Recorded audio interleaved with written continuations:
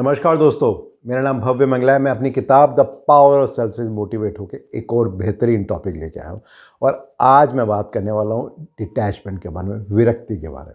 और जब तक ये टॉपिक समाप्त होगा आपको समझ में आएगा डिटैचमेंट होता क्या है, ये हमारे लिए अच्छा है या बुरा है, किस तरीके से इसको हम इम्प्लीमेंट कर सकते हैं और कैसे इससे हम फ़ायदा उठा सकते हैं लाइफ में। मैं सबसे पहले शुरू करना चाहूँगा एक स्टोरी से।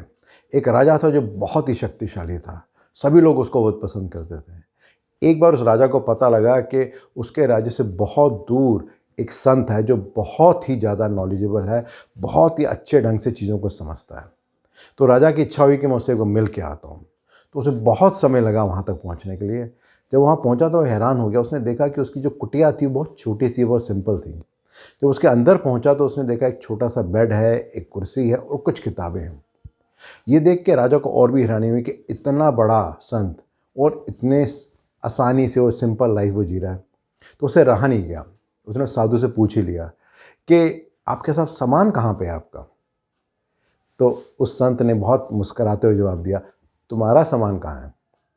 राजा ने कहा, मैं तो यहाँ से निकल रहा था। संत ने जवाब दिया, मैं भी तो यही कर रहा हूँ, मैं भी तो यही कर रहा हूँ। ऐसे ही तो होता है लाइफ में। अक्सर हम सोचते हैं कि हमारे पास ये चीज़ होगी, वो चीज़ होगी, ऐसा होगा, वैसा होगा, तो मैं ज़्यादा शक्तिशाली हूँगा, तो मैं ज़्यादा पावरफुल हूँगा। और कहीं ना कहीं भूल जाते हैं कि हमारी जो मन की शांति है, जब हम चीज़ों से ज़्यादा अटैच नहीं होते, जब हम हमेशा खुश रहते हैं, वो एक्चुअली में सबसे बड़ी शक्ति है, सबसे बड़ी इंपॉर्टेंट चीज़ हमारी लाइफ में। एक बहुत ही अच्छी बात कही है, जब सब कुछ होकर भी मन में कुछ ना हो तो वो मन मुक्त हो।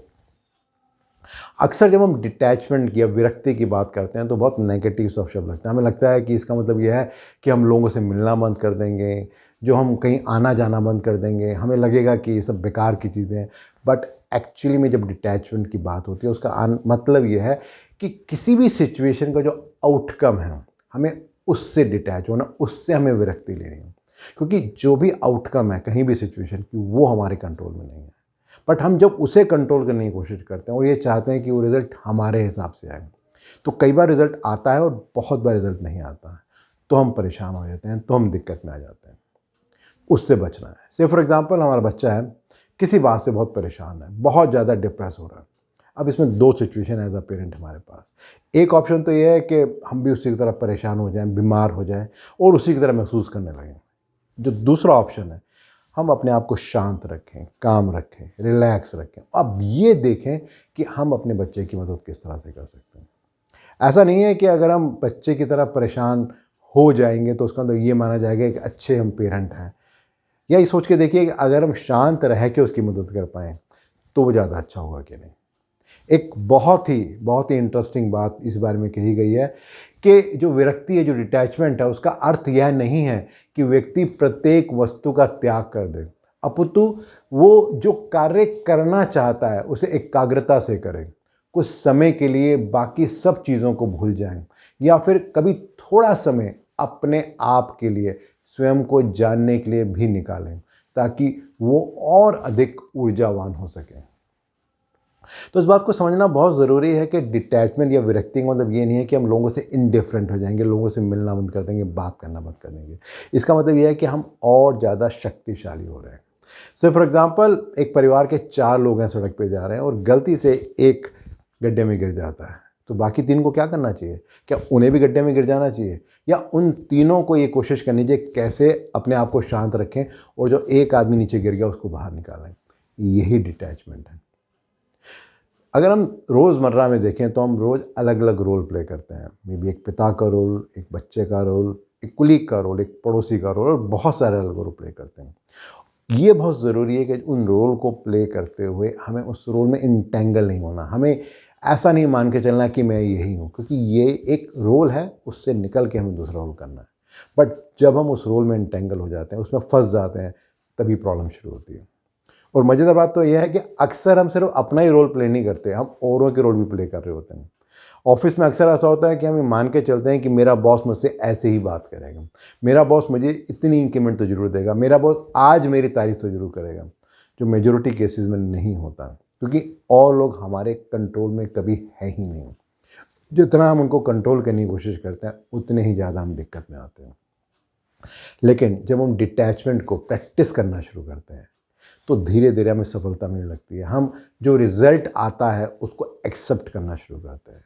ऐसा बहुत बार होगा कि शुरू में कोई सिचुएशन आएगी जो हमारे हिसाब से नहीं हुई, तो हम हो सकता है बिहेव बहुत गलत ढंग से करते हैं। लेकिन अगर हमें समझ में आ भी गया उस वक्त कि मैंने गलत किया, तो वो भी एक अच्छी उपलब्धि है कि हम अगली बार उसको बेटर कर सकते हैं। क्योंकि बहुत ज़्यादा पॉसिबिलिटी है कि थोड़ी देर में एक और सिचुएशन ऐसी आए और उस समय वो हम कंट्रोल में ना कर पाएँ। एक बहुत ही अच्छी बात कबीरदास ने कही है।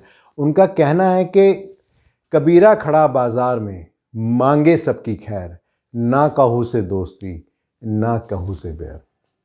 इन जनरल अगर देखा जाए एज अ ह्यूमन बीइंग, हमारी जो बेसिक नेचर है वो पीस की है, प्यार की है, शांति की है। और हम अपने परिवार में एक ऐसे इंसान हो सकते हैं जो कि बाकी लोगों को भी रास्ता दिखाएं। बट वो तब होगा जब इस विरक्ति को, इस डिटैचमेंट को हम इम्पोर्टेंस देंगे, इसको मानेंगे कि ये बहुत इंपॉर्टेंट चीज़ है।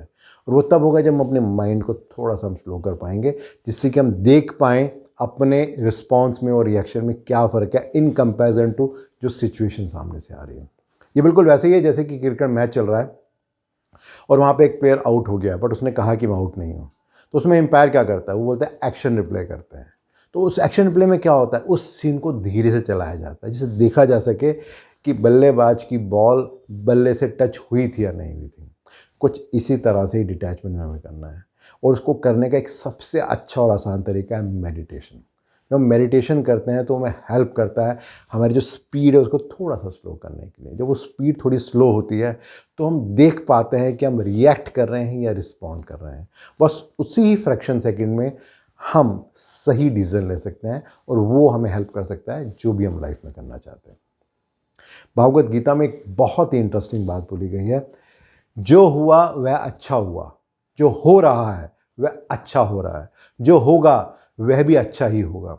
तुम्हारा क्या गया, तुम क्यों रोते हो, तुम क्या लाए थे, तुमने खोया क्या है, तुमने क्या पैदा किया जो नष्ट हो गया, तुमने जो लिया यहीं से लिया, जो दिया यहीं पर दिया, जो आज तुम्हारा है कल किसी और का होगा। दोस्तों, अगर मैं अपनी बात करूं तो मैं अपनी तरफ से कोशिश करता हूं कि मैं सिचुएशन से किस तरीके से डिटैच होकर चलूं। कई बार सफल होता हूं, कई बार सफल नहीं होता, लेकिन रोज़ प्रयास करता हूं कैसे मैं सिचुएशन से डिटैच हो सकूं, लोगों से नहीं, आउटकम से सिर्फ। आप क्या कर रहे हैं? मैं इंतज़ार कर रहा हूं आपके फीडबैक का। धन्यवाद।